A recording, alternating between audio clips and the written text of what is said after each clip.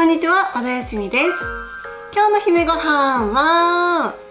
自家製プリンを作っていきます。それでは作っていきましょう。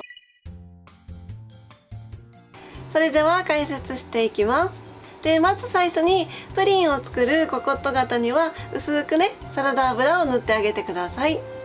で、カラメルを作っていくんですけど、鍋にグラニュー糖とお湯を入れて、で中火で加熱していきます。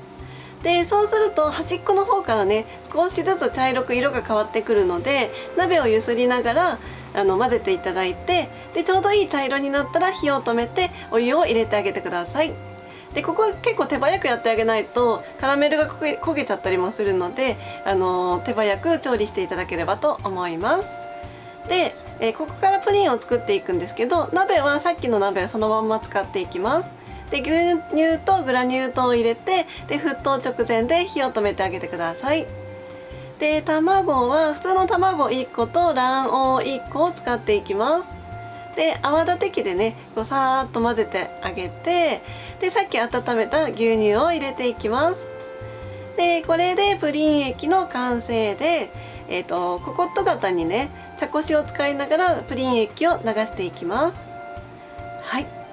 で、これで2等分にして入れていただいて、でこれでプリンの土台が完成で、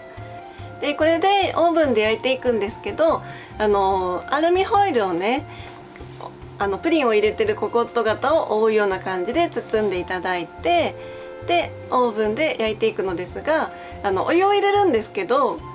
天板の半分ぐらいの高さになるように50度のお湯を入れてあげてください。で、結構これね、お湯が熱すぎたりとか、あとお湯の量が少なかったりすると、プリンにね、酢って言ってこう点々点々みたいな酢が入ってしまうので、お湯の量とか温度は気をつけていただければなと思います。で、これで150度のオーブンで25分焼いていきます。はい。で、これでオーブンで焼き上がったら、まだ結構ね、天板が熱かったりとか、あとお湯が熱かったりするので、常温で冷ましてあげて、で粗熱が取れたらアルミホイルを取ってあげて、はい、表面が綺麗ですねで、これでラップをして、で冷蔵庫で 1,2 時間ぐらい冷やしてあげてください。はい。で、ラップを外して、で包丁とかでね、周り一周ぐるっと切ってあげて、でお皿に盛り付けです。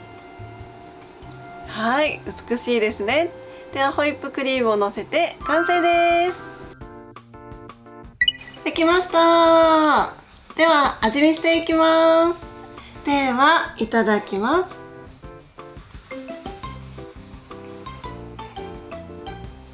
卵しっかりめの固めのプリンにちょっと焦がしたカラメルソースが合わさってとっても美味しいと思います。結構ね、昔ながらのプリンっていう感じなのでおすすめです。ぜひ作ってみてください。最後まで動画をご覧いただきましてありがとうございます。チャンネル登録よろしくお願いします。そして姫ごはんの公式 LINE アットが始まりました。今だけご登録の方に DVD の限定レシピであるフラワーボックスちらし寿司弁当の作り方動画をプレゼントしております。詳しくはコメント欄にリンクを載せておきますので、ぜひぜひご登録いただけると嬉しいです。それではまたお会いしましょう。さようなら。このね、キャラメルのちょっと焦がした感じがね、なんともいいんですよね